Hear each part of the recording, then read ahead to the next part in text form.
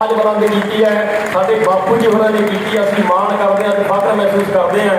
बापू जी तुसीं पंजाबी यूनिवर्सिटी के विहड़े दे विच आए हो, तुहाडा बहुत बहुत धन्नवाद है, बहुत बहुत स्वागत है।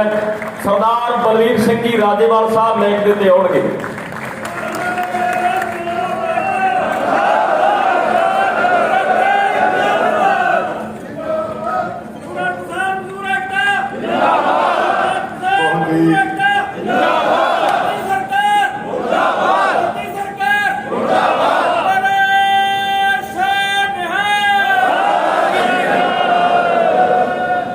बहुत ही सत्कारयोग मेरे सामने बैठे भरावो, नौजवान बच्चियों बच्चियों, मंच पे बैठे मेरे साथी आगू साहबान, प्रबंधक साहबान, सब तो पहला फतेह अर्ज करदा वाहिगुरू जी का खालसा वाहिगुरू जी की फतेह। सब तो पहला धन्यवाद अपने अजीज रणवीर ते उहदी टीम का, जिन्हें मैनू तुहाडे रूबरू होने का मौका बख्शिया। दूजा धन्यवाद यूनिवर्सिटी के वाइस चांसलर साहब का। आम तौर पर यूनिवर्सिटी एडमिनिस्ट्रेशनस इहो जिहे प्रोग्रामां नूं करन दी आग्या देण दी जुरत नहीं रखती, सरकारां तो डरदी। उन्होंने मैनू तुहाडे सामने आने का मौका दिता, इस गुरु तेग बहादुर साहब के नां ते बने हॉल विच। मैं उन्हों का तह दिलों धन्नवादी हाँ। मेरे साथियों ने मेरे ख्याल में बहुत कुछ अंदोलन के संबंध में तुहानू दस्सिया। पन्नू साहब ने बहुत अज की पत्रकारी के मुताबिक जिस तरह इखलाकी पत्रकारी होंदी है, उहदे अनुसार बहुत कुछ विंगे टेढ़े ढंग नाल भी ते सीधे ढंग नाल भी तुहानू समझाउण दी कोशिश की है। मैं एक दो गल्लां तुहाडे नाल साझीआं करनियां चाहांगा जिहड़ियां हुण तक मेरे साथियों कोलों रह गई। मैं किसान अंदोलन नाल पिछले 51 सालों तो जुड़िया हुआ। ये मोटियां चो यदा संविधान मैं लिखा सी 1971 च।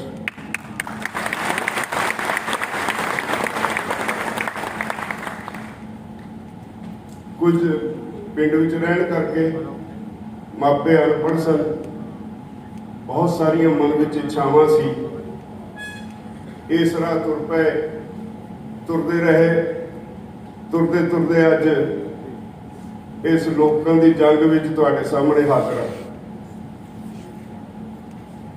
मैनू याद आता है उंज तो भावें WTO का कैट का विरोध करते रहे, पर जदों किसी बुराई की जड़ लगती है, पत्ते निकल लगते हैं ना, उसकी शक्ल देख के फिर कोई भी ठीक सोचने वाला बंदा वो अंदरों कंब जाता है।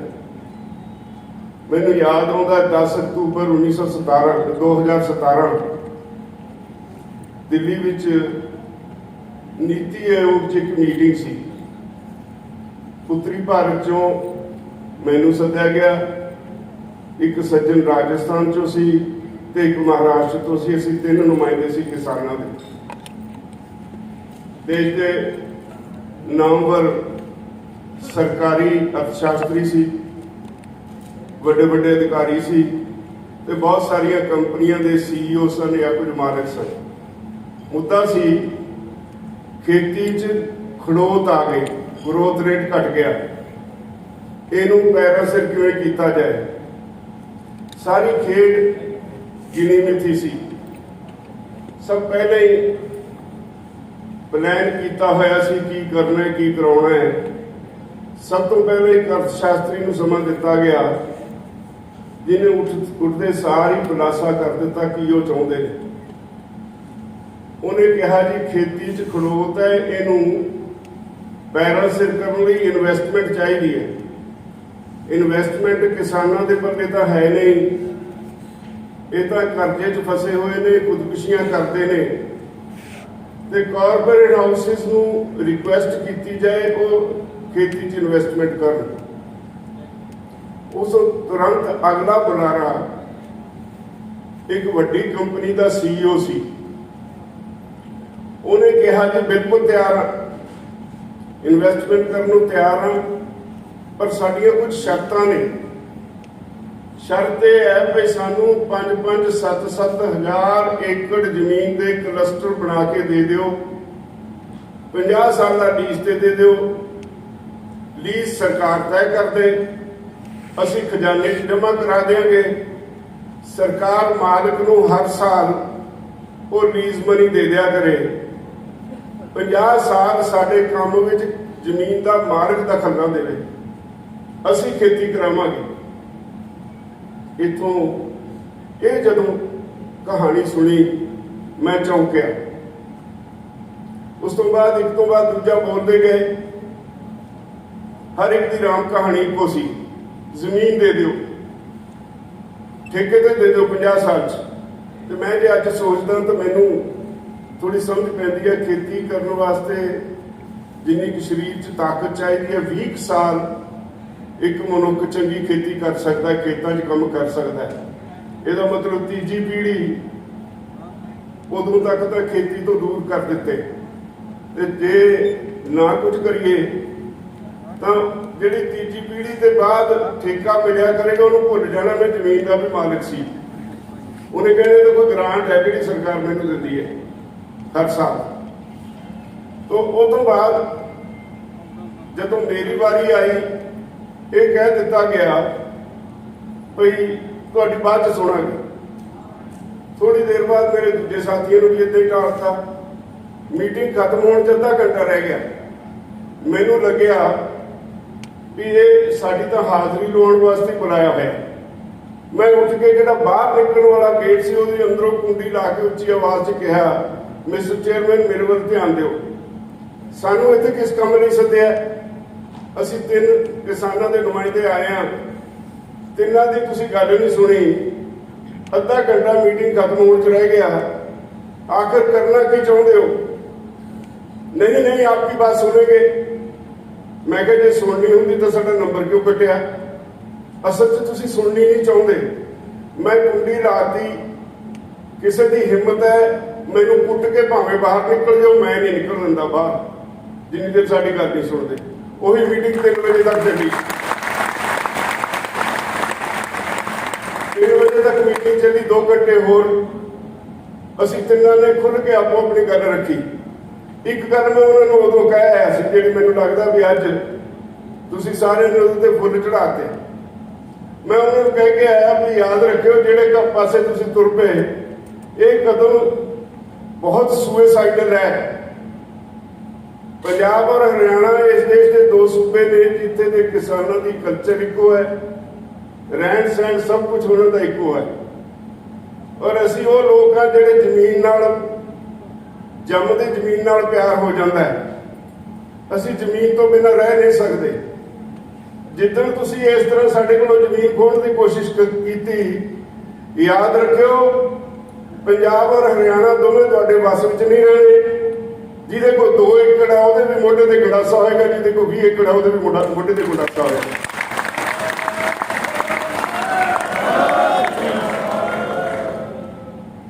ਉਸ ਤੋਂ ਬਾਅਦ 2-2.5 ਸਾਲ ਇਸ ਚਿੰਤਾ ਵਿੱਚ ਰਹੇ ਵੀ ਇਹਦੇ ਲਈ ਹੁਣ ਮਾਹੌਲ ਕਿਵੇਂ ਤਿਆਰ ਕੀਤਾ ਜਾਏ। ਫਿਰ ਸਰਕਾਰ ਦੇ ਹੋਰ ਕਾਗਜ਼ ਪੱਤਰ ਜਿਹੜੇ ਜਿੱਥੇ ਤੱਕ ਪਹੁੰਚ ਸੀ ਲੱਭ ਕੇ ਪੜ੍ਹਨ ਦੀ ਕੋਸ਼ਿਸ਼ ਕੀਤੀ। ਸਰਕਾਰ ਨੇ ਰੁਖ ਬਦਲ ਲਿਆ ਸੀ। ਜਿਹੜਾ ਕਮਿਸ਼ਨ ਸਾਡੀਆਂ ਜਿਨਸਾਂ ਦੇ ਭਾਰਮੇਂ ਦਾ CACP ਉਹਦੀਆਂ ਰਿਪੋਰਟਾਂ ਵਿੱਚ ਤਬਦੀਲੀ ਆ ਗਈ। ਉਹਦਾ ਕੰਮ ਸਿਰਫ ਸਾਡੀਆਂ ਫਸਲਾਂ ਦੇ ਪੈਦਾਵਾਰੀ ਖਰਚੇ ਕੱਢ ਕੇ ਸਰਕਾਰ ਨੂੰ ਰਿਪੋਰਟ ਕਰਨਾ ਹੁੰਦਾ ਹੈ। ਉਹਦੇ ਨਾਲ ਸੰਬੰਧਿਤ ਕੋਈ ਇੱਕ ਅੱਧੀ ਗੱਲ ਉਹ ਕਿਵੇਂ ਹੋਰ ਵਧਾਇਆ ਜਾ ਸਕਦਾ ਹੈ, ਸਟੋਰੇਜ ਬਾਰੇ ਜਾਂ ਕੁਝ ਹੋਰ ਕਰਨ ਦੀ ਉਹਦਾ ਕੰਮ ਹੁੰਦਾ ਹੈ। ਪਰ ਜੇ ਸਰਕਾਰ ਚਾਹੇ ਤਾਂ ਉਹ ਆਪਣੇ ਦਾਇਰੇ ਚੋਂ ਬਾਹਰ ਨਿਕਲ ਕੇ ਵੀ ਕੁਝ ਕਹਿ ਦਿੰਦਾ ਹੈ। ਉਹਦੀ ਇੱਕ ਰਿਪੋਰਟ ਹੱਥ ਲੱਗੀ ਜਿਹਦੇ 'ਚ ਉਹਨੇ ਕਿਹਾ ਵੀ ਦੇਖੋ ਜੀ ਸਰਕਾਰ ਨੂੰ ਅਨਾਜ ਦੇ ਵਪਾਰ ਤੋਂ ਬਾਹਰ ਨਿਕਲ ਜਾਣਾ ਚਾਹੀਦਾ ਹੈ। MSP ਤੇ ਖਰੀਦੋ ਫਰੋਖਤ ਦਾ ਕੰਮ ਸਰਕਾਰ ਨੂੰ ਬੰਦ ਕਰ ਦੇਣਾ ਚਾਹੀਦਾ ਹੈ। ਇਹਦੇ ਤੇ ਉਹਦੇ ਅਗਲੀ ਰਿਪੋਰਟ 'ਚੋਂ ਲਿਖਦਾ ਵੀ ਜੀ ਪੰਜਾਬ 'ਚ 8.5% ਖਰਚਾ ਹੁੰਦਾ ਹੈ ਤੇ ਹਰਿਆਣੇ 'ਚ 6.5%। ਇਹ ਤੋਂ ਬਿਨਾਂ ਸਟੋਰੇਜ ਦਾ ਖਰਚਾ ਬਹੁਤ ਹੈ, FCI ਦੀ ਧਾਂਦਲੀ ਬਹੁਤ ਹੈ। ਸਰਕਾਰ ਨੂੰ ਇਹ ਪਾਲਿਸੀ ਮੁਕੰਮਲ ਤੌਰ ਤੇ ਛੱਡ ਦੇਣੀ ਚਾਹੀਦੀ ਹੈ ਔਰ ਪ੍ਰਾਈਵੇਟ ਅਦਾਰਿਆਂ ਨੂੰ ਬੇਨਤੀ ਕਰਨੀ ਚਾਹੀਦੀ ਹੈ ਉਹ ਖਰੀਦੋ ਫਰੋਖਤ 'ਚ ਆਉਣ। ਕਣਕ ਝੋਨੇ ਦੇ ਵਪਾਰ 'ਚ ਪ੍ਰਾਈਵੇਟ ਅਦਾਰੇ ਆਉਣ। ਬੀਟੀ ਸੈਲਿਓ ਬਾਹਰ ਆ ਗਈ। ਉਹਦੇ 2 ਮਹੀਨੇ ਬਾਅਦ ਮੇਰੇ ਹੱਥ ਇੱਕ ਚਿੱਠੀ ਲੱਗੀ।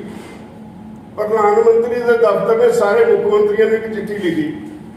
ਉਸ ਚਿੱਠੀ 'ਚ ਕਿਹਾ ਗਿਆ ਭਈ ਤੁਸੀਂ ਦੱਸੋ ਜੇ ਅਸੀਂ ਕਣਕ ਝੋਨਾ ਖਰੀਦਣਾ ਬੰਦ ਕਰ ਦਈਏ ਤੇ ਜੇ ਉਹਦੇ ਨਾਲ ਕਿਸਾਨ ਨੂੰ ਕੋਈ ਘਾਟਾ ਪੈ ਜਾਏ ਖਰੀਦ 'ਚ, ਅਸੀਂ ਭਵੰਤਰ ਸਕੀਮ ਦੇ ਵਿੱਚ ਉਹ ਪੈਸੇ ਪੂਰੇ ਕਰ ਦਈਏ ਤੇ ਸਰਕਾਰ ਵਿੱਚੋਂ ਨਿਕਲ ਜਾਏ ਤੇ ਤੁਹਾਡਾ ਕੀ ਵਿਚਾਰ ਹੈ? ਗੱਲ ਤਾਂ ਸਾਫ਼ ਹੋ ਗਈ ਵੀ ਸਰਕਾਰ ਭੱਜਣ ਨੂੰ ਤਿਆਰ ਹੈ। ਉਹਦੇ ਬਾਅਦ ਇਹ ਸਾਰੇ ਕਾਗਜ਼ ਪੱਤਰ ਇਕੱਠੇ ਕਰਕੇ ਮੇਰੇ ਮਨ ਵਿੱਚ ਆਇਆ ਚਲੋ ਕਿਸਾਨ ਜਥੇਬੰਦੀਆਂ ਦਾ ਤਾਂ ਕੰਮ ਹੈ ਮੁੱਢਲਾ ਉਹ ਤਾਂ ਲੜਨਗੇ। ਆ ਜਿਹੜੇ ਪੋਲੀਟੀਕਲ ਲੀਡਰ ਨੇ ਇਹਨਾਂ ਤੋਂ ਕੀ ਕਰਾਉਣਾ? ਮੈਂ ਇੱਕ ਸੈਮੀਨਾਰ ਰੱਖਿਆ ਜਿਹਦੇ ਵਿੱਚ ਸਾਰੀਆਂ ਪੋਲੀਟੀਕਲ ਪਾਰਟੀਆਂ ਦੇ ਵੱਡੇ ਲੀਡਰਾਂ ਨੂੰ ਸੱਦਿਆ 17 ਫਰਵਰੀ 2020 ਨੂੰ ਚੰਡੀਗੜ੍ਹ 'ਚ। ਉਹਨਾਂ ਨੂੰ ਸਾਰਿਆਂ ਨੂੰ ਇਹਨਾਂ ਕਾਗਜ਼ਾਂ ਦੀਆਂ ਕਾਪੀਆਂ ਦਿੱਤੀਆਂ ਤੇ ਉਹਨਾਂ ਦੇ ਸਵਾਲ ਕੀਤੇ। ਸ਼੍ਰੋਮਣੀ ਅਕਾਲੀ ਦਲ ਵੱਲੋਂ ਡਾਕਟਰ ਦਲਜੀਤ ਸਿੰਘ ਚੀਮਾ, ਬਲਵਿੰਦਰ ਸਿੰਘ ਭੂੰਦੜ ਤੇ ਉਹਨਾਂ ਦੇ ਕੁਝ MLA, ਆਮ ਆਦਮੀ ਪਾਰਟੀ ਦੇ 5-6 MLA ਤੇ ਆ ਜਿਹੜੀ ਭਾਜਪਾ ਇਹਦੇ ਵਿੱਚੋਂ ਆ ਜਿਹੜਾ ਸਾਨੂੰ ਰੋਜ਼ ਬੁਰਾ ਭਲਾ ਬੋਲਦਾ ਗਰੇਵਾਲ, ਇਸੇ ਤਰ੍ਹਾਂ ਕਾਂਗਰਸ ਦਾ ਪ੍ਰਧਾਨ ਉਹਦੇ ਨਾਲ ਕੁਝ MLA। ਮੈਂ ਜਦੋਂ ਇਹਨੂੰ ਸਵਾਲ ਕੀਤਾ ਕਾਂਗਰਸ ਦੇ ਪ੍ਰਧਾਨ ਨੂੰ ਵੀ ਤੁਹਾਡੀ ਸਰਕਾਰ ਹੈ, ਦੱਸੋ ਕਿੰਨਾ ਕੁ ਦਬਾਅ ਹੈ ਕੇਂਦਰ ਦਾ, ਕਿੰਨੀ ਛੇਤੀ ਭੱਜ ਜਾਓਗੇ ਖਰੀਦੋ ਫਰੋਖਤ ਤੋਂ, ਤੁਹਾਡੀ ਕੇਂਦਰ ਦੀ ਪਾਲਿਸੀ ਕਿੱਧਰ ਨੂੰ ਜਾ ਰਹੀ ਹੈ? ਉਹਨੇ ਫਾਈਲ ਰੱਖ ਕੇ ਕਿਹਾ ਸਾਰੇ ਪੋਲੀਟੀਕਲ ਲੀਡਰਾਂ ਨੂੰ ਮੈਂ ਹਰ ਛਮਾਹੀ ਇਹਨਾਂ ਨੂੰ ਕਿਸੇ ਨਾ ਕਿਸੇ ਬਹਾਨੇ, ਕਦੇ ਕਿਸਾਨ ਪਾਰਲੀਮੈਂਟ, ਕਦੇ ਕੁਝ ਕਿਸੇ ਬਹਾਨੇ ਸੱਦ ਲੈਣਾ ਚੰਡੀਗੜ੍ਹ 'ਚ, ਇਹਨਾਂ ਦੇ ਸਵਾਲ ਜਵਾਬ ਲੋਕਾਂ ਦੇ ਸਾਹਮਣੇ ਕਰਨਾ। ਉਹ ਮੇਰੇ ਵੱਲ ਇਸ਼ਾਰਾ ਕਰਕੇ ਕਹਿੰਦਾ ਆਹ ਬੰਦਾ ਆਪਾਂ ਨੂੰ ਹਰ ਛਮਾਹੀ ਸੱਦਦਾ ਹੈ, ਸਵਾਲ ਕਰਦਾ ਹੈ, ਅਸੀਂ ਉਹਦਾ ਕੋਈ ਨਾ ਕੋਈ ਉਲਟਾ ਸਿੱਧਾ ਜਵਾਬ ਦੇ ਕੇ ਘਰਾਂ ਨੂੰ ਤੁਰ ਜਾਂਦੇ ਹਾਂ। ਪਰ ਅੱਜ ਜਿਹੜਾ ਸਵਾਲ ਇਹਨੇ ਕੀਤਾ ਬਹੁਤ ਹੀ ਗੰਭੀਰ ਹੈ। ਜੇ ਇਹਦੇ ਤੇ ਇਕੱਠੇ ਹੋ ਕੇ ਲੜਾਂਗੇ ਤਾਂ ਪੰਜਾਬ ਬਚ ਜਾਊ, ਨਹੀਂ ਪੰਜਾਬ ਨੂੰ ਕੋਈ ਤਾਕਤ ਬਚਾ ਨਹੀਂ ਸਕਦੀ। ਇਹ ਸੁਨੀਲ ਜਾਖੜ ਦੇ ਸ਼ਬਦ ਨੇ ਔਰ ਸਾਰੀਆਂ ਪੋਲੀਟੀਕਲ ਪਾਰਟੀਆਂ ਨੇ ਇਕਮੁੱਠ ਹੋ ਕੇ ਕਿਹਾ ਵੀ ਇਕੱਠੇ ਹੋ ਕੇ ਲੜੀਏ। ਇੱਕ ਹਫ਼ਤਾ ਬਾਅਦ ਹੀ ਬਾਜੂ ਉਤਰ ਗਿਆ। ਉਸ ਮੀਟਿੰਗ ਵਿੱਚ ਮੈਨੂੰ ਅਕਾਲੀ ਦਲ ਦੇ ਬਲਵਿੰਦਰ ਸਿੰਘ ਭੁੰਦੜ ਕਹਿੰਦੇ ਨੇ ਮੈਨੂੰ ਬੇਟੀ ਲਾਓ। ਮੈਂ ਇੱਕ ਹਫ਼ਤਾ ਬਾਅਦ ਚੰਡੀਗੜ੍ਹ 'ਚ ਇੱਕ ਇਕੱਠ ਰੱਖਦਾ, ਇਜਾਜ਼ਤ ਵੀ ਦੇ ਦਿੱਤੀ ਸਰਕਾਰ ਨੇ। ਪਰ ਜਦੋਂ 10 ਵਜੇ ਤੱਕ ਸਰਕਾਰ ਕੋਲ ਰਿਪੋਰਟਾਂ ਪਹੁੰਚੀਆਂ ਪੰਜਾਬ ਤੋਂ ਲੋਕ ਕਿਵੇਂ ਆ ਰਹੇ ਨੇ, ਕਿੰਨੀ ਗਿਣਤੀ 'ਚ ਆ ਰਹੇ ਨੇ, ਪਤਾ ਨਹੀਂ ਕੀ ਹੋਇਆ। 10:30 ਵਜੇ ਉਹਨਾਂ ਨੇ ਉਸ ਰੈਲੀ ਤੇ ਪਾਬੰਦੀ ਲਾ ਦਿੱਤੀ। ਚੰਡੀਗੜ੍ਹ ਦੇ ਆਲੇ ਦੁਆਲੇ ਉਧਰ ਕੁਰਾਲੀ ਤੱਕ, ਇੱਧਰ ਬਨੂੜ ਤੱਕ, ਸਾਰੇ ਮੋਹਾਲੀ ਬੱਸਾਂ ਤੇ ਜਾਮ ਲੱਗ ਗਏ। 10-10, 15-15 ਕਿਲੋਮੀਟਰ ਪੈਦਲ ਤੁਰ ਕੇ 20,000 ਕਿਸਾਨ ਫੇਰ ਵੀ ਸਰਕਾਰ ਦੇ ਰੋਕਣ ਦੇ ਬਾਵਜੂਦ ਰੈਲੀ ਗਰਾਊਂਡ ਪਹੁੰਚ ਗਏ। ਮਨ ਨੂੰ ਇਹ ਤਸੱਲੀ ਹੋ ਗਈ ਭਈ ਗਰਾਊਂਡ ਤਿਆਰ ਹੋ ਗਈ, ਲੜਾਈ ਲੜਾਂਗੇ। ਸਾਰੇ ਸਾਥੀ ਇਕੱਠੇ ਹੋਏ, ਸਾਰੀਆਂ ਜਥੇਬੰਦੀਆਂ ਇਕੱਠੀਆਂ ਹੋਈਆਂ, ਪਲੈਨਿੰਗ ਸ਼ੁਰੂ ਹੋ ਗਈ। ਅੱਜ ਇਹ ਸਾਰਾ ਕੁਝ ਤੁਹਾਡੇ ਸਾਹਮਣੇ। ਪਰ ਮੈਨੂੰ ਇੱਕ ਗੱਲ ਦੀ ਤਕਲੀਫ ਹੈ ਜਿਹੜੀ ਤੁਹਾਨੂੰ ਵੀ ਹੋਣੀ ਚਾਹੀਦੀ। ਸਾਡੇ ਦੇਸ਼ ਦਾ ਸੰਵਿਧਾਨ ਦੇ ਪਹਿਲੇ ਸਫ਼ੇ ਤੇ ਪ੍ਰੀਐਂਬਲ 'ਚ ਕੀ ਲਿਖਿਆ ਹੈ? ਇੱਥੇ ਕਿਹੋ ਜਿਹੀ ਸਰਕਾਰ ਹੈ? Government of the people, by the people, for the people. ਪਰ ਮੈਂ ਅੱਜ ਕੱਲ੍ਹ ਇਹ ਕਹਿਣਾ government of the corporates, by the people, for the corporates. ਲੋਕਾਂ ਦੀ ਸਰਕਾਰ ਨਹੀਂ ਰਹੀ। ਇੱਥੇ ਮੈਂ ਮੇਰੀ ਲੰਬੀ ਉਮਰ ਹੈ, ਮੈਂ ਦੇਖਿਆ ਬਹੁਤ ਕੁਝ, ਪਿਛਲੀਆਂ ਸਰਕਾਰਾਂ ਦੇਖੀਆਂ। ਇੱਕ ਬਦਕਿਸਮਤੀ ਰਹੀ ਹੈ ਇਸ ਦੇਸ਼ ਦੀ। ਜਦੋਂ ਆਜ਼ਾਦ ਹੋਏ ਤਾਂ ਉਸ ਵੇਲੇ ਦੀ ਤਾਕਤ ਕੁਝ ਸ਼ਹਿਰੀ ਬਾਬੂਆਂ ਦੇ ਹੱਥ ਆ ਗਈ। ਨਹਿਰੂ ਸ਼ਹਿਰੀ ਬਾਬੂ ਹੀ ਸੀ। ਸਭ ਤੋਂ ਮਾੜਾ ਕੰਮ ਜਿਹੜਾ ਉਹਨੇ ਕੀਤਾ, ਦੇਸ਼ ਦਾ ਨੈਸ਼ਨਲ ਕਰੈਕਟਰ ਨਹੀਂ ਬਿਲਡ ਕੀਤਾ, ਇੰਡਸਟਰੀਲਾਈਜੇਸ਼ਨ ਵੱਲ ਪੈ ਗਿਆ। ਤੇ ਜਿਹੜੀ ਸਭ ਤੋਂ ਵੱਡੀ ਲੋੜ ਸੀ, ਮੈਂ ਦੁਨੀਆ ਦੇ ਬਹੁਤ ਸਾਰੇ ਦੇਸ਼ਾਂ 'ਚ ਗਿਆ, ਜੇ ਉੱਥੇ ਦੇ ਲੋਕਾਂ ਨਾਲ ਕੋਈ ਗੱਲਾਂ ਬਾਤਾਂ ਕਰੋ ਤਾਂ ਪਤਾ ਲੱਗਦਾ ਵੀ ਜੇ ਉਹਨਾਂ ਦੀ ਨੇਸ਼ਨ ਤੇ ਕਿੰਤੂ ਕਰੋ, ਜਦ ਇੱਧਰ ਕੇ ਖੜ ਜਾਂਦੇ ਨੇ। ਸਾਡੇ ਕਿਸੇ ਨੂੰ ਨੇਸ਼ਨ ਦੀ ਪਰਵਾਹ ਹੀ ਨਹੀਂ, ਨਿੱਜ ਭਾਰੂ ਹੈ, ਸੈਲਫਿਸ਼ ਹੋ ਗਏ, ਕਰਪਸ਼ਨ ਉਸੇ ਦੀ ਦੇਣ ਹੈ। ਤੇ ਸਾਡੇ ਪਹਿਲੀ ਪੀੜ੍ਹੀ ਜਿਨ੍ਹਾਂ ਨੇ ਦੇਸ਼ ਦੀ ਆਜ਼ਾਦੀ ਲਈ ਕੁਰਬਾਨੀਆਂ ਕੀਤੀਆਂ, ਉਹਨਾਂ ਦਾ ਸਮਾਂ ਲੰਘ ਗਿਆ। ਉਹਦੇ ਬਾਅਦ ਨੈਕਸਟ ਜਨਰੇਸ਼ਨ ਆ ਗਈ, ਉਹ ਆਪਣੇ ਪਰਿਵਾਰਾਂ ਦੇ ਵਿੱਚ ਟਿਕਟਾਂ ਵੰਡਣ ਲੱਗ ਪਏ। ਹੌਲੀ ਹੌਲੀ ਵਿਗੜਦਾ ਸਿਸਟਮ ਇਹੋ ਜਿਹਾ ਹੋ ਗਿਆ ਵੀ ਅੱਜ ਇੱਕ ਵੱਖਰੀ ਕਲਾਸ ਬਣ ਗਈ, ਜਿਹੜੀ ਇਹ ਸਮਝਦੀ ਹੈ ਵੀ ਸਾਡਾ ਕੰਮ ਰਾਜ ਭਾਗ ਕਰਨਾ ਹੈ ਔਰ ਮਾਲ ਬਣਾਉਣਾ ਹੈ। ਕੋਈ ਕਰੈਕਟਰ ਨਹੀਂ, ਲੋਕਾਂ ਦੀ ਕੋਈ ਪਰਵਾਹ ਨਹੀਂ। ਜਿਹੜੇ ਬੰਦੇ ਨੂੰ ਐਮਐਲਏ ਦੀ ਟਿਕਟ ਮਿਲ ਗਈ, ਉਹ 15 ਦਿਨ ਤੁਹਾਡੇ ਅੱਗੇ ਹੱਥ ਬੰਨ੍ਹਦਾ ਵੋਟਾਂ ਲਈ, ਫਿਰ 4 ਸਾਲ 11.5 ਮਹੀਨੇ ਤੁਹਾਡੇ ਕੋਲੋਂ ਹੱਥ ਬਣਾਉਂਦਾ ਹੈ। ਤੁਸੀਂ ਉਹਦੇ ਏਜੰਡੇ ਤੇ ਨਹੀਂ। ਅੱਜ ਜਿਹੜੇ ਕਾਨੂੰਨ ਜਿਨ੍ਹਾਂ ਦੀ ਲੜਾਈ ਚੱਲ ਰਹੀ ਹੈ, ਜਿਹਦੇ ਸਾਰੀ ਦੁਨੀਆ 'ਚ ਬੋਲਬਾਲਾ ਹੈ, ਇਹਨਾਂ ਤੇ ਕਿਸੇ ਤੇ ਸਵਾਲ ਕਰ ਰਹੇ ਹੋ। ਇਹਨਾਂ ਚੋਂ 95% ਨੂੰ ਇਹਨਾਂ ਕਾਨੂੰਨਾਂ ਦੀ ਜਾਣਕਾਰੀ ਨਹੀਂ। ਲੋਕੀ ਇਹਨਾਂ ਨੂੰ ਚੁਣ ਕੇ ਇਸ ਕਰਕੇ ਭੇਜਦੇ ਨੇ, ਸਰਕਾਰ ਇਸ ਕਰਕੇ ਆਪਣੀ ਬਣਾਉਂਦੇ ਨੇ, ਸਾਡੇ ਨੁਮਾਇੰਦੇ ਹੋਣਗੇ, ਲੋਕਾਂ ਦੇ ਭਲੇ ਲਈ ਕਾਨੂੰਨ ਬਣਾਉਣਗੇ, ਲੋਕਾਂ ਦੇ ਭਲੇ ਲਈ ਪਾਲਿਸੀਆਂ ਬਣਾਉਣਗੇ, ਤਾਂ ਕਿ ਲੋਕਾਂ ਨੂੰ ਰੁਜ਼ਗਾਰ ਮਿਲਦਾ ਰਹੇ, ਲੋਕੀ ਆਰਾਮ ਨਾਲ ਆਪਣੀ ਜ਼ਿੰਦਗੀ ਬਸਰ ਕਰ ਸਕਣ, ਸ਼ਾਂਤੀ ਨਾਲ ਬਸਣ। ਮੁੱਢਲਾ ਕੰਮ ਉਹਨਾਂ ਦਾ ਇਹ ਹੁੰਦਾ। ਪਰ ਬਦਕਿਸਮਤੀ ਨਾਲ ਜਦੋਂ ਐਮਐਲਏ ਐਮਪੀ ਸਾਹਿਬ ਬਣ ਗਏ, ਉਹ ਤੁਹਾਡੇ ਕੋਲੋਂ ਉਹਨਾਂ ਨੂੰ ਮੁਸ਼ਕਾਉਣ ਲੱਗ ਪਿਆ ਤੇ ਤੁਸੀਂ ਅਨਪੜ੍ਹ ਜਾਂ ਅੱਧ ਪੜ੍ਹੇ ਰਹਿ ਗਏ। ਤੁਹਾਡੀ ਯੂਨੀਵਰਸਿਟੀ ਦੀ ਇੱਕ ਸਟੱਡੀ ਹੈ ਨਾ, ਪੰਜਾਬ ਵਿੱਚ ਕਿਸਾਨ 65% ਕਿਸਾਨ ਤੇ 75% ਖੇਤ ਮਜ਼ਦੂਰ ਮੈਟ੍ਰਿਕ ਵੀ ਪਾਸ ਨਹੀਂ। ਤੁਹਾਡੀ ਯੂਨੀਵਰਸਿਟੀ ਦੀ ਸਟੱਡੀ ਜਿਹੜਾ ਸਭ ਤੋਂ ਐਡਵਾਂਸ ਸੂਬਾ ਗਿਣਿਆ ਜਾਂਦਾ, ਜੇ ਉੱਥੇ ਦੇ 65% ਕਿਸਾਨ 10ਵੀਂ ਜਮਾਤ ਨਹੀਂ ਪਾਸ ਕਰ ਸਕੇ, ਉਹਨਾਂ ਨੂੰ ਕਿਵੇਂ ਸਮਝ ਪਏਗੀ ਵੀ CACP ਦਾ ਉਹਨਾਂ ਦੀਆਂ ਫਸਲਾਂ ਦੇ ਭਾਅ ਮਿਲਣ ਦਾ ਕੀ ਤਰੀਕਾ ਹੈ? CACP ਦਾ ਹੀ ਨਹੀਂ ਪਤਾ। ਉਹਨਾਂ ਨੂੰ ਕਿਵੇਂ ਸਮਝ ਪਏਗੀ ਵੀ ਉਹਨਾਂ ਦੇ ਬੱਚਿਆਂ ਨੂੰ ਕਿਵੇਂ ਐਜੂਕੇਸ਼ਨ ਤੋਂ ਲਾਂਭੇ ਰੱਖਣ ਦਾ ਸਾਜ਼ਿਸ਼ ਘੜੀ ਗਈ? ਉਹਨਾਂ ਨੂੰ ਕਿਵੇਂ ਸਮਝ ਪਏਗੀ ਭਈ ਇਹ ਸਾਰਾ ਪ੍ਰਾਈਵੇਟਾਈਜੇਸ਼ਨ ਜਿਹੜੀ ਹੋ ਰਹੀ ਹੈ, ਇਹਦੇ ਵਿੱਚ ਉਹਨਾਂ ਦੀ ਲੁੱਟ ਕਿਵੇਂ ਹੋਏਗੀ? ਉਹ ਤਾਂ ਜਦੋਂ ਹੋ ਜਾਏਗਾ ਸਭ ਕੁਝ, ਜਦੋਂ ਉਹ ਲਾਗੂ ਹੋਇਆ ਉਦੋਂ ਪਤਾ ਲੱਗੇਗਾ ਨਾ ਲੋਕਾਂ ਨੂੰ। ਜਦੋਂ ਬੈਠ ਕੇ ਪਾਲਿਸੀ ਘੜੀ, ਉਹਨੂੰ ਹੌਲੀ ਹੌਲੀ ਲਾਗੂ ਕੀਤਾ, ਹੌਲੀ ਹੌਲੀ ਤੁਹਾਨੂੰ ਉਹਦੇ ਐਡਿਕਟ ਬਣਾਇਆ, ਉਹਦੇ ਬਾਅਦ ਪਤਾ ਲੱਗੂਗਾ ਨਾ। ਤਾਂ ਇਹ ਕੰਮ ਸਾਡੇ ਪੋਲੀਟੀਕਲ ਲੀਡਰਸ਼ਿਪ ਕਰਦੀ ਰਹੀ।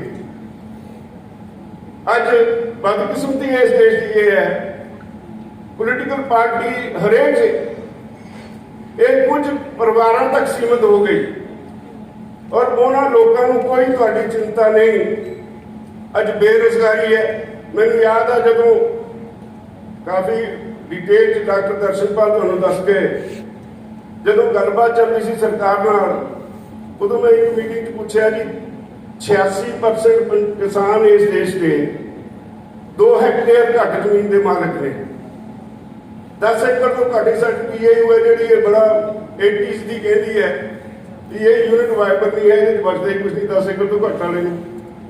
ਇਹ 5-5 ਏਕੜ ਦੇ ਮਾਲਕ 86% ਨੇ।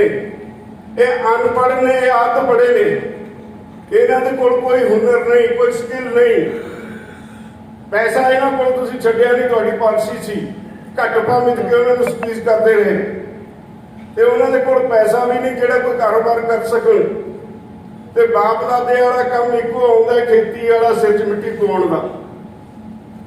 ਇਹਨਾਂ ਨੂੰ ਹੋਰ ਕੋਈ ਧੰਦਾ ਆਉਂਦਾ ਨਹੀਂ ਤੇ ਇਹਨਾਂ ਲੋਕਾਂ ਨੂੰ ਸਾਰਿਆਂ ਨੂੰ ਕੱਢ ਕੇ ਜੇ ਕਾਰਪੋਰੇਟ ਦੇ ਹੱਥ ਖੇਤੀ ਦੇ ਦੇਣੀ ਹੈ ਤਾਂ ਦੇਸ਼ ਦੀ ਏਡੀ ਵੱਡੀ ਆਬਾਦੀ ਨੂੰ ਰੁਜ਼ਗਾਰ ਕੀ ਦਿਓਗੇ? ਸਰਕਾਰਾਂ ਐਮਪਲੋਇਮੈਂਟ ਜਨਰੇਟ ਕਰਦੀਆਂ ਹੁੰਦੀਆਂ ਪਰ ਤੁਸੀਂ ਤਾਂ ਅਨਐਮਪਲੋਇਮੈਂਟ ਜਨਰੇਟ ਕਰ ਰਹੇ ਹੋ। ਸਰਕਾਰ ਦੇ ਮੰਤਰੀਆਂ ਕੋਲ ਕੋਈ ਜਵਾਬ ਨਹੀਂ ਸੀ। ਇਸ ਅਧੋਗਤੀ ਚ ਅੱਜ ਅਸੀਂ ਫਸੇ। ਅੱਜ 3 ਕਾਨੂੰਨਾਂ ਦੀ ਲੜਾਈ, MSP ਦੀ ਲੜਾਈ, ਇਹ ਹੁਣ ਪੰਜਾਬ ਤੱਕ ਸੀਮਤ ਨਹੀਂ, ਹਰਿਆਣੇ ਤੱਕ ਸੀਮਤ ਨਹੀਂ, UP ਤੱਕ ਨਹੀਂ, ਇਹ ਸਾਰੇ ਦੇਸ਼ ਦੀ ਲੜਾਈ ਹੋ ਗਈ। ਇੱਥੇ ਹੀ ਨਹੀਂ, ਸਾਰੀ ਦੁਨੀਆ ਦੀ ਲੜਾਈ ਹੋ ਗਈ। ਸਾਰੀ ਦੁਨੀਆ ਦੇ ਵੱਡੇ ਦੇਸ਼ਾਂ 'ਚ ਇਹਨਾਂ ਕਾਨੂੰਨਾਂ ਤੇ ਚਰਚਾ ਹੋ ਰਹੀ ਹੈ। ਹਾਊਸ ਆਫ ਕਾਮਨਸ ਦੇ ਵਿੱਚ 2 ਵਾਰ ਬਹਿਸ ਹੋ ਗਈ। ਆਸਟ੍ਰੇਲੀਆ, ਨਿਊਜ਼ੀਲੈਂਡ, ਕੈਨੇਡਾ, ਇੱਥੇ ਦੀ ਪਾਰਲੀਮੈਂਟ 'ਚ ਬਹਿਸ ਹੋ ਗਈ। UN 'ਚ ਕੇਸ ਚਲਾ ਗਿਆ। ਹਿਊਮਨ ਰਾਈਟਸ ਇੰਟਰਨੈਸ਼ਨਲ ਨੇ ਭਾਰਤ ਸਰਕਾਰ ਨੂੰ ਨੋਟਿਸ ਦਿੱਤਾ ਹੋਇਆ ਹੈ ਤੇ ਹੁਣ ਸਾਰੀ ਦੁਨੀਆ ਦੀ ਗੱਲ ਹੈ ਰਹੀ। ਇਹ ਮੁੱਦਾ ਸਾਰੀ ਦੁਨੀਆ ਚਲਾ ਗਿਆ। ਇਹ ਅੰਦੋਲਨ ਹੁਣ ਸਾਰੀ ਦੁਨੀਆ ਦਾ ਅੰਦੋਲਨ ਹੈ। ਪਿਛਲੇ ਹਫ਼ਤੇ ਅਮਰੀਕਾ 'ਚ ਗੋਰੇ ਕਿਸਾਨਾਂ ਨੇ ਸਾਡੇ ਹੱਕ ਵਿੱਚ ਇੱਕ ਜਲੂਸ ਕੱਢਿਆ ਤੇ ਸਾਨੂੰ ਮੈਸੇਜ ਦਿੰਦੇ ਹੈ, ਪੰਜਾਬ ਦੇ ਕਿਸਾਨੋ ਤੁਸੀਂ ਬਹੁਤ ਵੱਡਾ ਕੰਮ ਕਰ ਰਹੇ ਹੋ, ਡਰਿਓ ਨਾ, ਦਬਿਓ ਨਾ। ਅਸੀਂ ਇਹਨਾਂ ਦੀਆਂ ਗੱਲਾਂ 'ਚ ਆ ਕੇ ਫਸ ਗਏ। ਇਹਨਾਂ ਦੀਆਂ ਕੰਪਨੀਆਂ ਨੇ ਸਾਨੂੰ ਲੁੱਟ ਲਿਆ, ਸਾਡੇ ਪੱਲੇ ਕੱਖ ਨਹੀਂ ਛੱਡਿਆ। ਜਦੋਂ ਕੰਪਨੀ ਦਾ ਨਾਮ ਆਉਂਦਾ ਸਾਨੂੰ ਕੰਪਨੀ ਛੱਡੀ ਹੈ। ਅਮਰੀਕਾ ਦੇ ਕਿਸਾਨ ਨੇ ਤੁਹਾਨੂੰ ਕਹਿ ਰਹੇ ਇਹ ਅੰਦੋਲਨ ਇੱਥੇ ਤੱਕ 3 ਕਾਨੂੰਨਾਂ ਤੱਕ ਸੀਮਤ ਨਹੀਂ। ਅਸਲੀਅਤ ਇਹ ਵੀ ਹੈ, ਇੱਕ ਕੰਧ ਹੈ ਮੋਦੀ ਸਰਕਾਰ ਦੇ ਸਾਹਮਣੇ ਜਿਹਤੇ ਅੱਗੇ ਜਾਣਾ ਮੁਸ਼ਕਲ ਹੋ ਰਿਹਾ ਹੈ। ਇੱਕ ਮੀਟਿੰਗ ਵਿੱਚ ਹੋਮ ਮਿਨਿਸਟਰ ਸਾਨੂੰ ਕਹਿੰਦਾ राज्यपाल जी आपके कानून वापस लेने में तो कोई तकलीफ नहीं, अगर हम वापस ले लेंगे तो कल को हमने बहुत से लेबर लॉज बनाए हैं, बहुत सुधार किए हैं, वो भी आगे बैठ जाएंगे। तो मैं क्या फिर जिन्हें पाप कीते तो इको बारी गंगा ना मीटिंग छड़ के पड़ी है। उन्होंने लेबर लॉज की भी फिक्र है। अज ਜਿਹੜਾ एम्पलाइज ने खेतों च काम करते हैं, इंडस्ट्री च काम करते हैं, मजदूर उन्होंने काम करने घंटे 12 करते, सिक्योरिटी और सर्विस कोई नहीं। ਜਿਹੜਾ कारखानेदार है ਜਿਹਦੇ ਤੁਸੀਂ ਮੁਲਾਜ਼ਮ ਹੋ, ਜਦੋਂ ਮਰਜ਼ੀ ਤਨਖਾਹ ਘਟਾ ਦੇ, ਕੋਈ ਤੁਸੀਂ ਕਿਸੇ ਕੋਰਟ 'ਚ ਨਹੀਂ ਜਾ ਸਕਦੇ, ਤੁਹਾਡਾ ਨਿਜਾਤੀ ਹੋਗੀ, ਤੁਸੀਂ ਕਿਸੇ ਅਦਾਲਤ 'ਚ ਨਹੀਂ ਜਾ ਸਕਦੇ। ਸਭ ਕੁਝ ਕਾਰਪੋਰੇਟ ਦੇ ਹੱਕ 'ਚ। ਹੁਣ ਜਿਹੜਾ ਪਾਰਲੀਮੈਂਟ ਸੈਸ਼ਨ ਹੋਇਆ ਜਿਹਦੇ ਮੁਕਾਬਲੇ ਤੇ ਅਸੀਂ ਸੈਸ਼ਨ ਚਲਾਇਆ, 20 ਕਾਨੂੰਨ ਪਾਸ ਹੋਏ ਸਾਰੇ ਕਾਰਪੋਰੇਟ ਦੇ ਹੱਕ 'ਚ। ਅਸੀਂ ਜਾ ਕਿੱਧਰ ਨੂੰ ਰਹੇ? ਜਿਹੜੇ ਲੋਕ ਅੱਜ ਇੱਥੇ ਦੁਕਾਨਾਂ ਕਰਦੇ ਨੇ ਵੀਰ, ਉਹਨਾਂ ਨੂੰ ਇਹ ਨਹੀਂ ਹਾਲੇ ਖਿਆਲ ਆ ਰਿਹਾ ਵੀ ਜਿੱਦਣ ਇੱਥੇ ਵਾਲਮਾਰਟ ਨੇ ਵੱਡਾ ਮਾਲ ਖੋਲ੍ਹਤਾ, ਸੀਐਫ ਨੇ ਵੱਡਾ ਮਾਲ ਖੋਲ੍ਹਤਾ, ਉਹਦੀ ਦੁਕਾਨ ਤੇ ਕਿਸੇ ਗਾਹਕ ਨੇ ਆ ਕੇ ਖੜਨਾ ਨਹੀਂ। ਉਹਨੂੰ ਵੀ ਆਪਣੀ ਦੁਕਾਨਦਾਰੀ ਬੰਦ ਕਰਕੇ ਸਵੇਰੇ ਟੇਬਲ 'ਚ ਰੋਟੀ ਪਾ ਕੇ ਲੇਬਰ ਚੌਕ ਵਿੱਚ ਖੜਨਾ ਪਿਆ ਕਰੇਗਾ। ਜਿਹੜੇ ਲੋਕ ਦੂਜੇ ਧੰਦੇ ਕਰਦੇ ਨੇ ਖੇਤੀ ਤੋਂ ਬਿਨਾਂ, ਹੁਣ ਸਾਡੇ ਦੁਹਾਈ ਬੈਂਡ ਹੈਗੀ ਹੈ ਨਾ, ਇੱਕ PhD ਕਰਕੇ ਸਟੂਡੈਂਟ ਨਿਕਲਦਾ ਹੈ, ਉਹ ਪਟਵਾਰੀ ਲੱਗਣ ਵਾਸਤੇ ਅਪਲਾਈ ਕਰਦਾ ਹੈ। ਇਹ ਤੋਂ ਵੱਡੀ ਬਦਕਿਸਮਤੀ ਕੀ ਹੋਏਗੀ ਇਸ ਦੇਸ਼ ਦੀ? ਔਰ ਸਾਡਾ ਜਿਹੜਾ ਬ੍ਰੇਨ ਡਰੇਨ ਏਡੀ ਵੱਡੀ ਪੱਧਰ ਤੇ ਹੋਣ ਲੱਗ ਪਿਆ, ਸਾਡੇ ਬੱਚੇ ਬਾਹਰ ਨੂੰ ਭੱਜੇ ਜਾਂਦੇ ਨੇ। ਉੱਥੇ ਕੋਈ ਬਹੁਤੀ ਵਧੀਆ ਹਾਲਾਤ ਨਹੀਂ, ਸਿਰਫ ਇੱਕੋ ਆ ਉਹਨਾਂ ਦਾ ਸਿਸਟਮ ਠੀਕ ਹੈ। ਇੱਥੇ ਸਿਸਟਮ ਵੀ ਠੀਕ ਨਹੀਂ, ਆਰਥਿਕ ਹਾਲਾਤ ਵੀ ਠੀਕ ਨਹੀਂ, ਪੋਲੀਟੀਕਲ ਹਾਲਾਤ ਵੀ ਠੀਕ ਨਹੀਂ। ਇੱਥੇ ਤਾਂ ਪੋਲੀਟੀਸ਼ੀਅਨ ਵਿਕਾਊ ਮਾਲ ਬਣ ਗਿਆ, ਹੈਂਕੜਬਾਜ਼ ਹੋ ਗਿਆ, ਡਿਕਟੇਟਰ ਬਣ ਗਿਆ। ਉਹਦਾ ਸੋਚਣ ਦਾ ਢੰਗ ਹੀ ਅਲੱਗ ਹੈ। ਅੱਜ ਲੋਕ ਘੇਰ ਰਹੇ ਨੇ ਪਿੰਡਾਂ ਵਿੱਚ। ਅਸੀਂ ਭਾਵੇਂ ਫੈਸਲਾ ਸਿਰਫ ਇੰਨਾ ਕੀਤਾ ਹੈ ਵੀ ਸਾਡੀ ਲੜਾਈ ਭਾਜਪਾ ਹੁਕਮਰਾਨਾਂ ਨਾਲ ਹੈ, ਇਹਨਾਂ ਨੂੰ ਘੇਰੋ, ਇਹਨਾਂ ਦਾ ਘਿਰਾਓ ਕਰੋ, ਪਰ ਲੋਕਾਂ ਨੇ ਆਪ ਮੁਹਾਰੇ ਹਰ ਪਾਰਟੀ ਦੇ ਪੋਲੀਟੀਸ਼ੀਅਨ ਨੂੰ ਘੇਰਨਾ ਸ਼ੁਰੂ ਕਰਤਾ। ਅਸੀਂ ਫੇਰ ਕਿਹਾ ਕਿ ਕਿਤੇ ਲੜਾਈ ਵੱਧ ਕੇ ਵਿਗੜ ਕੇ ਹਾਲਾਤ ਖਰਾਬ ਨਾ ਹੋ ਜਾਣ, ਅਸੀਂ ਫੇਰ ਕਿਹਾ ਵੀ ਭਰਾਵੋ, ਜੇ ਤੁਸੀਂ ਪੋਲੀਟੀਕਲ ਲੀਡਰਸ ਹਰੇਕ ਪਾਰਟੀ ਤੇ ਘੇਰਦੇ ਆ, ਜ਼ਰੂਰ ਘੇਰੋ, ਸ਼ਾਂਤਮਈ ਰਹੋ ਔਰ ਉਹਦੇ ਤੇ ਉਹਨਾਂ ਦੀਆਂ ਪਾਲਿਸੀਜ਼ ਦੇ ਉੱਤੇ ਸਵਾਲ ਕਰੋ। ਤੁਸੀਂ ਆਪਣੇ ਭਵਿੱਖ ਬਾਰੇ ਸਵਾਲ ਕਰੋ, ਕੀ ਨੀਤੀ ਹੈ ਤੁਹਾਡੀ, ਐਮਪਲੋਇਮੈਂਟ ਕਿਵੇਂ ਜਨਰੇਟ ਕਰੋਗੇ, ਲੋਕਾਂ ਨੂੰ ਰੋਟੀ ਕਿਵੇਂ ਮਿਲੇਗੀ, ਇਹ ਸਵਾਲ ਕਰੋ। ਪਰ ਇਹ ਭਲੇ ਮਾਨਸ, ਅਸੀਂ ਬੜੀ ਵਾਰੀ ਇਹਨਾਂ ਨੂੰ ਅਪੀਲ ਕੀਤੀ ਮੋਰਚੇ ਤੋਂ ਵੀ ਆਮ ਤੌਰ ਤੇ ਚੋਣਾਂ ਹੁੰਦੀਆਂ 2 ਮਹੀਨੇ ਪਹਿਲਾਂ ਕੰਪੇਨ ਸ਼ੁਰੂ ਹੁੰਦੀ ਹੈ, ਐਡੀ ਕਿਹੜੀ ਹਨੇਰੀ ਆ ਗਈ।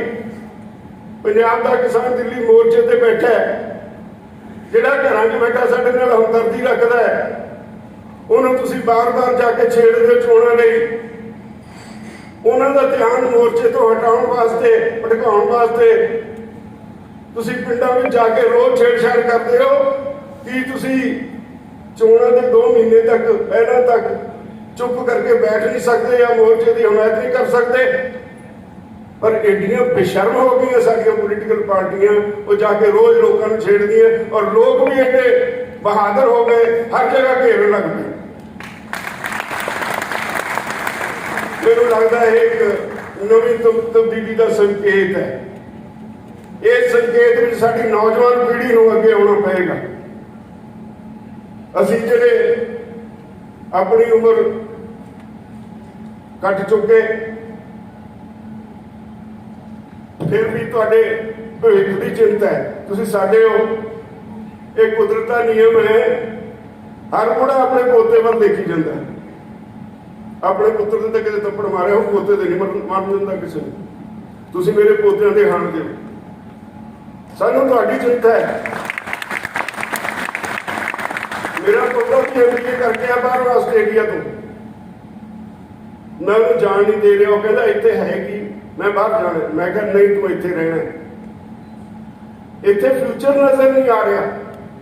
ਫਿਊਚਰ ਪੈਸੇ ਨਾਲ ਨਹੀਂ, ਸਿਸਟਮ ਨਾਲ ਵੀ ਨਜ਼ਰ ਨਹੀਂ ਆ ਰਿਹਾ।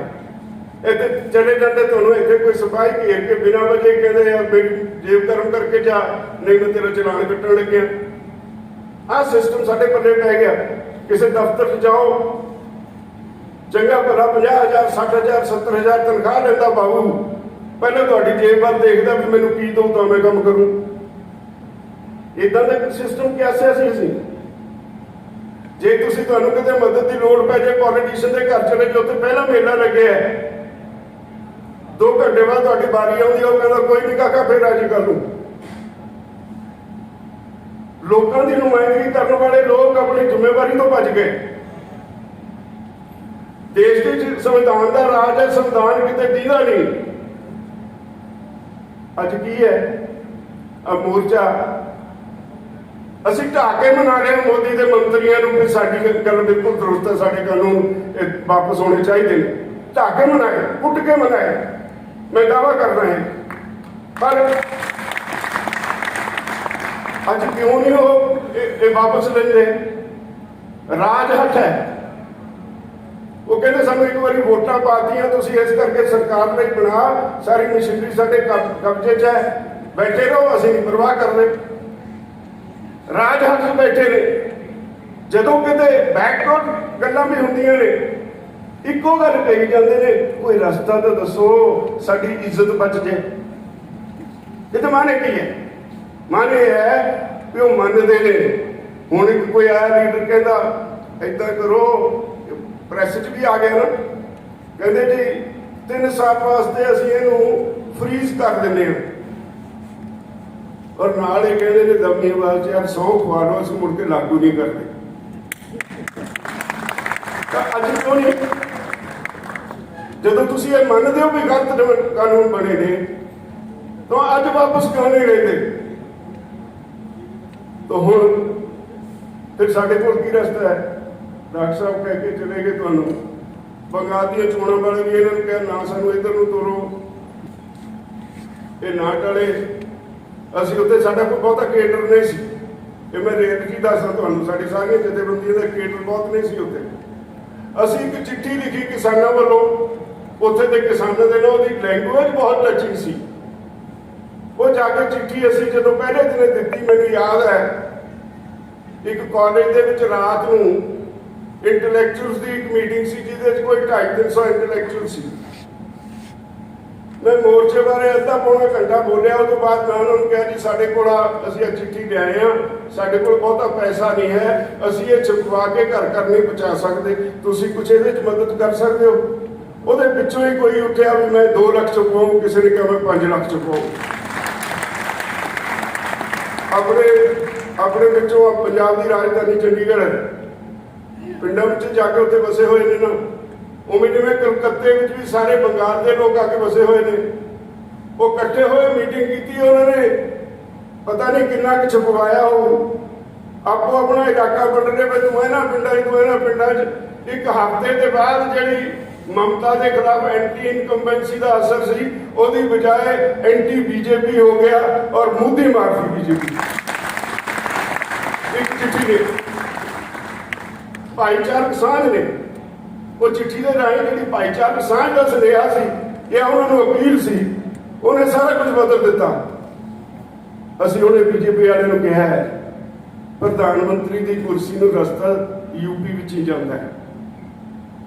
ਜੇ ਤੁਹਾਨੂੰ ਸਮਝ ਨਾ ਆਈ ਅਸੀਂ ਇਹ ਫਿਰ ਵੀ ਸਮਝਾ ਦਿਆਂਗੇ। 5 ਤਰੀਕ ਨੂੰ ਮੁਜ਼ੱਫਰਨਗਰ ਵਿੱਚ ਰੈਲੀ ਹੋ ਰਹੀ ਹੈ। ਮੈਂ ਅੱਜ ਤੁਹਾਡੇ ਵਿੱਚ ਇਹ ਦਾਅਵਾ ਕਰਦਾ ਦੁਨੀਆ ਦੀ ਸਭ ਤੋਂ ਵੱਡੀ ਰੈਲੀ ਹੋਏਗੀ।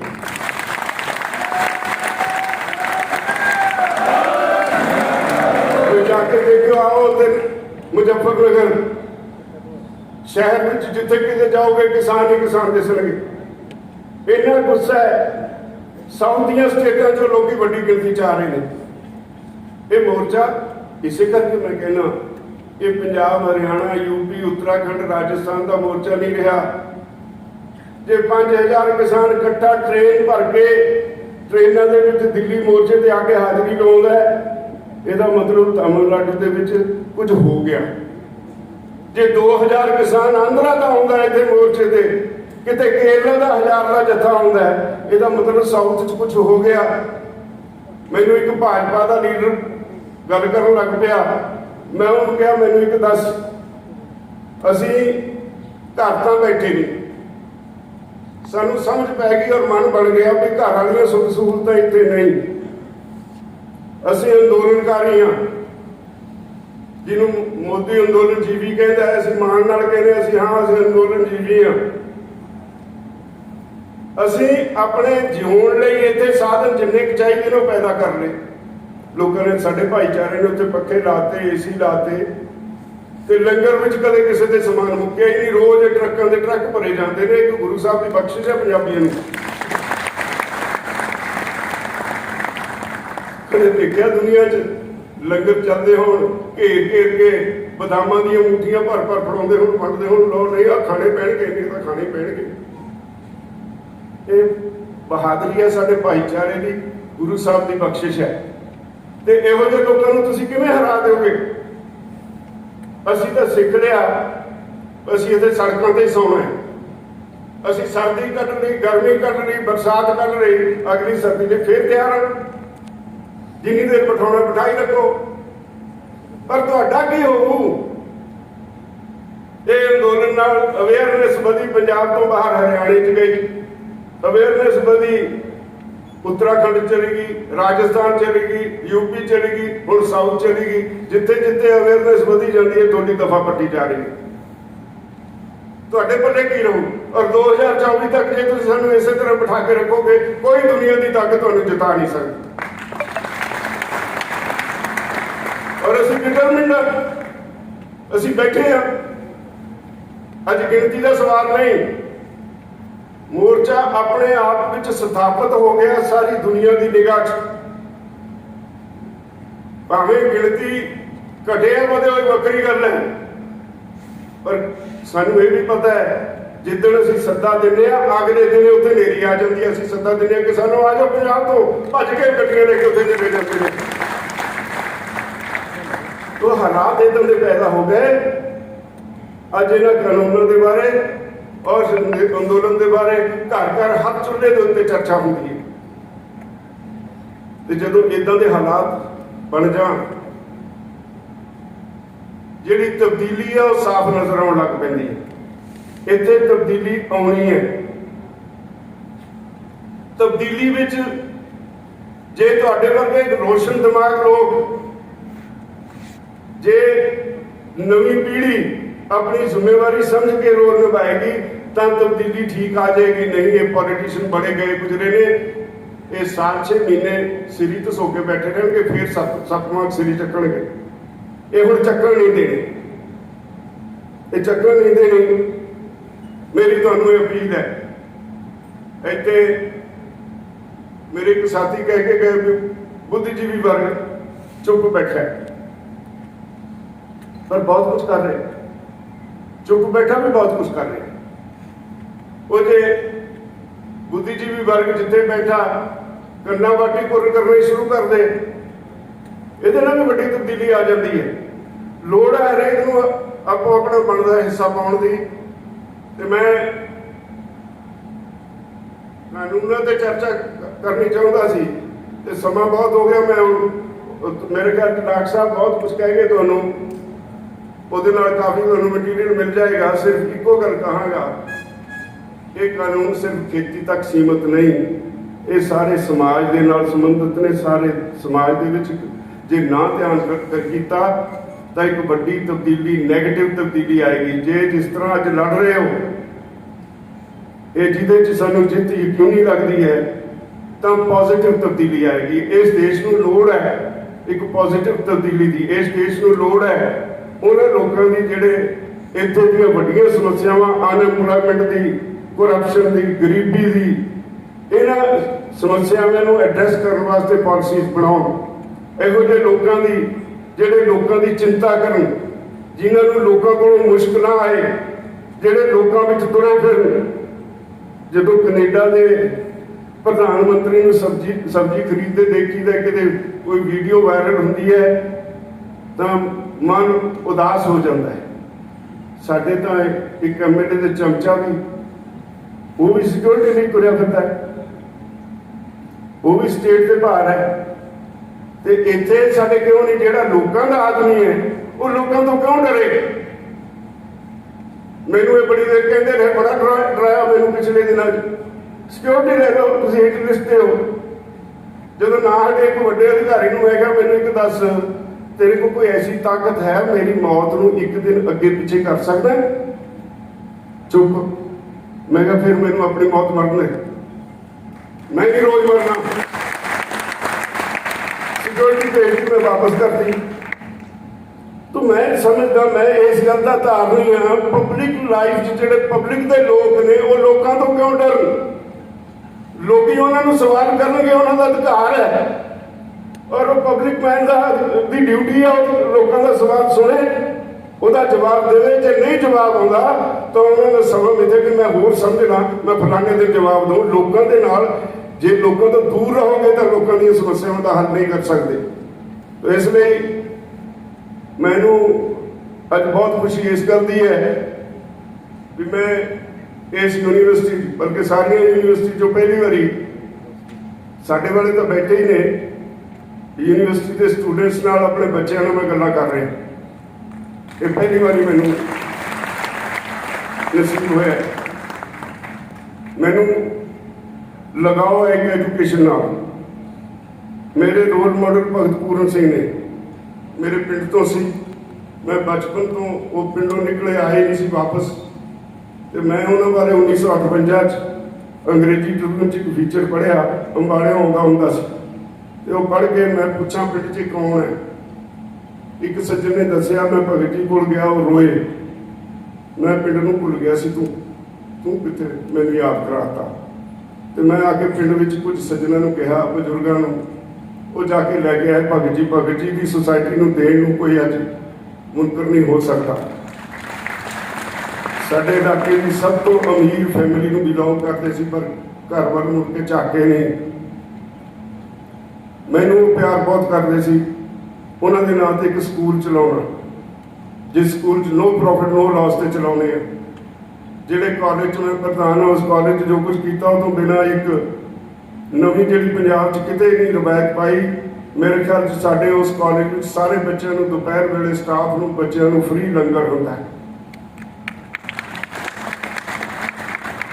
ਬਾਕੀ ਕਾਲਜਾਂ ਵਾਲੇ ਭਾਵੇਂ ਭੱਜ ਗਏ, ਜਦੋਂ ਐਸਸੀ ਸਟੂਡੈਂਟਸ ਨੂੰ ਫੀਸਾਂ ਦੇ ਵਿੱਚ ਗੜਬੜ ਹੋਈ, ਪੈਸੇ ਸਰਕਾਰ ਵੱਲੋਂ ਆਉਣੇ ਬੰਦ ਹੋਏ, ਮੈਂ ਫਿਰ ਵੀ ਧੱਕੇ ਨਾਲ ਉੱਥੇ ਉਹਨਾਂ ਦਾ ਦਾਖਲਾ ਕਰਵਾਉਂਦਾ ਰਿਹਾ। ਅੱਜ ਤੱਕ ਲੜ ਰਹੇ ਹਾਂ ਸਰਕਾਰ ਕੋਲੋਂ ਪੈਸੇ ਲੈਣ ਲਈ। ਮੇਰੀ ਇੱਛਾ ਸੀ ਵੀ ਕੋਈ ਗਰੀਬੀ ਦੀ ਵਜ੍ਹਾ ਕਰਕੇ ਕੋਈ ਬੱਚਾ ਐਜੂਕੇਸ਼ਨ ਤੋਂ ਵਾਂਝਾ ਨਾ ਰਹੇ। ਮੇਰੇ ਕੋਲ ਜਦੋਂ ਕੋਈ ਆ ਕੇ ਕਹਿੰਦਾ ਹੈ, ਕਈ ਕਿਸਾਨ ਆਉਂਦੇ ਹੱਥ ਜੋੜ ਕੇ ਵੀ ਮੇਰਾ ਬੱਚਾ ਪੜ੍ਹਨਾ ਚਾਹੁੰਦਾ ਹੈ, ਤੇ ਮੈਂ ਕਿਸੇ ਆਪਣੇ ਦੋਸਤ ਨੂੰ ਕਹਾਂ ਵੀ ਤੂੰ ਇਹਦੀ ਫੀਸ ਭਰ ਦੇ, ਪਰ ਬੱਚੇ ਨੂੰ ਨਹੀਂ ਪਤਾ ਲੱਗਣਾ ਚਾਹੀਦਾ। ਤਾਂ ਦੋਸਤੋ, ਮੈਨੂੰ ਇਸ ਕਰਕੇ ਮੈਂ ਇਹ ਸਾਰਾ ਕੁਝ ਕਰੀ ਜਾ ਰਿਹਾ, ਇਹਦੇ ਵਿੱਚ ਮੈਨੂੰ ਆਪਣੀ ਜ਼ਿੰਦਗੀ 'ਚ ਸਭ ਤੋਂ ਵੱਡਾ ਸਕੂਨ ਮਿਲ ਰਿਹਾ। ਮੈਂ ਆ ਕਿਸਾਨ ਜਥੇਬੰਦੀ ਵਿੱਚ ਕਿਸੇ ਲਈ ਨਹੀਂ ਕਰ ਰਿਹਾ। ਜੋ ਕੁਝ ਕਰ ਰਿਹਾ ਮੈਂ ਆਪਣੇ ਮਨ ਦੇ ਸਕੂਨ ਲਈ ਕਰ ਰਿਹਾ, ਨਾ ਕਿਸੇ ਤੇ ਅਹਿਸਾਨ ਕਰ ਰਿਹਾ।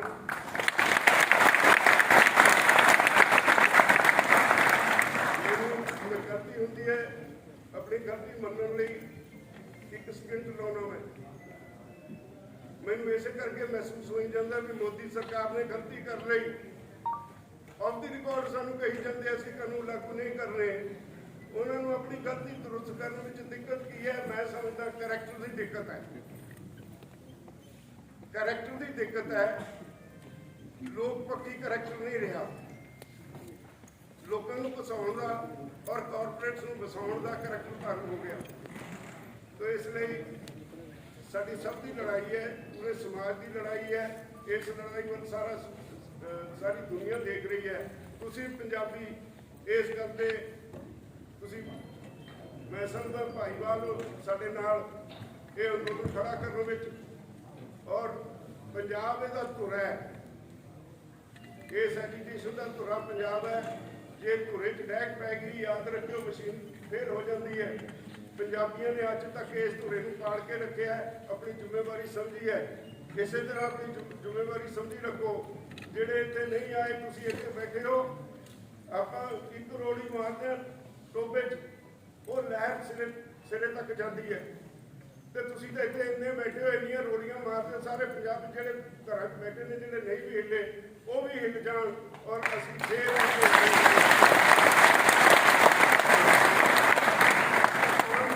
ਕਰਦੇ ਹਾਂ ਪੰਜਾਬੀ ਵੀ ਪੰਜਾਬ ਨੇ ਇਸ ਦੇਸ਼ ਨੂੰ ਸਰਹੱਦਾਂ ਉੱਤੇ ਵੀ ਬਚਾਇਆ, ਇਸ ਦੇਸ਼ ਨੂੰ ਅੰਨ ਪੈਦਾ ਕਰਕੇ ਵੀ ਬਚਾਇਆ। ਕਿਸਾਨ ਤੇ ਜਵਾਨ ਦੋਨਾਂ ਦੇ ਵਿੱਚ ਸਭ ਤੋਂ ਮੋਹਰੀ ਹੋ ਕੇ ਕੁਰਬਾਨੀਆਂ ਦਿੱਤੀਆਂ। ਇਹੀ ਨਹੀਂ ਆ ਜਿਹੜੇ ਹਾਰ 'ਚ ਬੈਠੇ ਹੋ, ਉਹ ਗੁਰੂ ਸਾਹਿਬ ਨੇ ਇਹਨਾਂ ਦੇ ਧਰਮ ਦੀ ਰਾਖੀ ਲਈ ਆਪਣਾ ਸੀਸ ਕਟਾ ਲਿਆ। ਗੁਰੂ ਗੋਬਿੰਦ ਸਿੰਘ ਮਹਾਰਾਜ ਨੇ ਆਪਣਾ ਸਾਰਾ ਸਰਬੰਸ ਦਾਨ ਕਰ ਦਿੱਤਾ। ਗੁਰੂ ਅਰਜਨ ਦੇਵ ਪਾਤਸ਼ਾਹ ਤੱਤੀਆਂ ਤਵੀਆਂ ਤੇ ਬੈਠੇ, ਉਹਨਾਂ ਦੀ ਸੰਤਾਨ ਹੈ ਅਸੀਂ ਉਹ ਲੋਕ ਆ ਜਿਨ੍ਹਾਂ ਨੇ ਆਜ਼ਾਦੀ ਦੀ ਲੜਾਈ 'ਚ ਸਭ ਤੋਂ ਵੱਧ ਮਾਰ ਖਾਧੀ। ਮੈਂ ਕਈ ਵਾਰੀ ਕਹਿੰਦਾ ਇਹਨਾਂ ਨੂੰ, ਆਜ਼ਾਦੀ ਵੇਲੇ ਕੁਰਬਾਨੀਆਂ ਦੇਣ ਨੂੰ ਪੰਜਾਬ ਸਭ ਤੋਂ ਮੋਹਰੀ। ਪਾਕਿਸਤਾਨ ਹਿੰਦੁਸਤਾਨ ਨਹੀਂ ਬਣਿਆ, ਅਸਲ 'ਚ ਜਿਹੜਾ ਪੁਰਾਣਾ ਪੰਜਾਬ ਸੀ ਉਹਦੀ ਵੰਡ ਹੋਈ। 10 ਲੱਖ ਪੰਜਾਬੀ ਮਰਿਆ, ਕਿਸੇ ਗੁਜਰਾਤੀ ਨੂੰ ਸੇਕ ਨਹੀਂ ਲੱਗਿਆ, ਜਾਂ ਬੰਗਾਲੀ ਮਰੇ, ਕਿਸੇ ਕਰਨਾਟਕ ਜਾਂ ਤਾਮਿਲਨਾਡੂ ਵਾਲੇ ਨੂੰ ਸੇਕ ਨਹੀਂ ਲੱਗਿਆ। ਇਹ ਸਾਡੀਆਂ ਲਾਸ਼ਾਂ ਉੱਤੇ ਇਸ ਦੇਸ਼ ਦੀ ਆਜ਼ਾਦੀ, ਇਸ ਦੇਸ਼ ਨੂੰ ਆਜ਼ਾਦੀ ਮਿਲੀ। ਜਿਨ੍ਹਾਂ ਲੋਕਾਂ ਨੇ ਜੇਲ੍ਹਾਂ ਕੱਟੀਆਂ, ਉਹਨਾਂ ਦੇ ਵਿੱਚੋਂ 95% ਤੁਹਾਡੇ ਵਿੱਚੋਂ ਸੀ, ਪੰਜਾਬੀਆਂ ਚੋਂ ਸੀ। ਜਿਨ੍ਹਾਂ ਲੋਕਾਂ ਨੇ ਫਾਂਸੀ ਦੇ ਰੱਸੇ ਨੂੰ ਚੁੰਮਿਆ, ਉਹਨਾਂ ਚੋਂ ਫਿਰ 95% 96% ਤੁਸੀਂ ਸੀ। ਐਮਰਜੈਂਸੀ ਲੱਗੀ ਤਾਂ ਤੁਸੀਂ ਸੀ। ਦੇਸ਼ ਨੂੰ ਕਿਸੇ ਤਰ੍ਹਾਂ ਦੀ ਵੀ ਲੋੜ ਪਈ ਤਾਂ ਤੁਸੀਂ ਸਭ ਤੋਂ ਮੋਹਰੀ ਰਹੇ। ਅੱਜ ਇਹ ਅੰਦੋਲਨ ਸ਼ੁਰੂ ਹੋਇਆ, ਇਹਦੇ ਵਿੱਚ ਵੀ ਤੁਸੀਂ ਹੋ।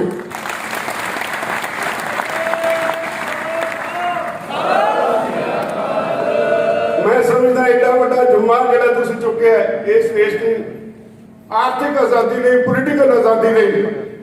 ਹੁਣ ਤੱਕ ਪੋਲੀਟੀਕਲ ਆਜ਼ਾਦੀ ਕੁਝ ਪਰਿਵਾਰਾਂ ਨੂੰ ਮਿਲੀ ਹੈ, ਦੇਸ਼ ਦੇ ਲੋਕਾਂ ਨੂੰ ਕੁਝ ਨਹੀਂ ਲੱਭਿਆ ਮੁਸੀਬਤਾਂ ਤੋਂ ਸਿਵਾ।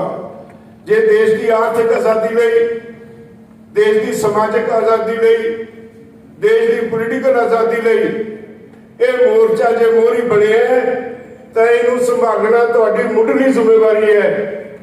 ਮੈਨੂੰ ਪੰਜਾਬੀਆਂ ਤੇ ਮਾਣ ਹੈ। ਸਾਰਾ ਦੇਸ਼ ਭਾਵੇਂ ਸਾਡੇ ਨਾਲ ਖੜਾ ਹੋ ਗਿਆ, ਪਰ ਜਿਹੜਾ ਧੁਰ ਹੈ ਸਾਡਾ ਪੰਜਾਬੀ ਕਦੇ ਕਮਜ਼ੋਰ ਨਹੀਂ ਹੋਣ ਦੇਣਗੇ।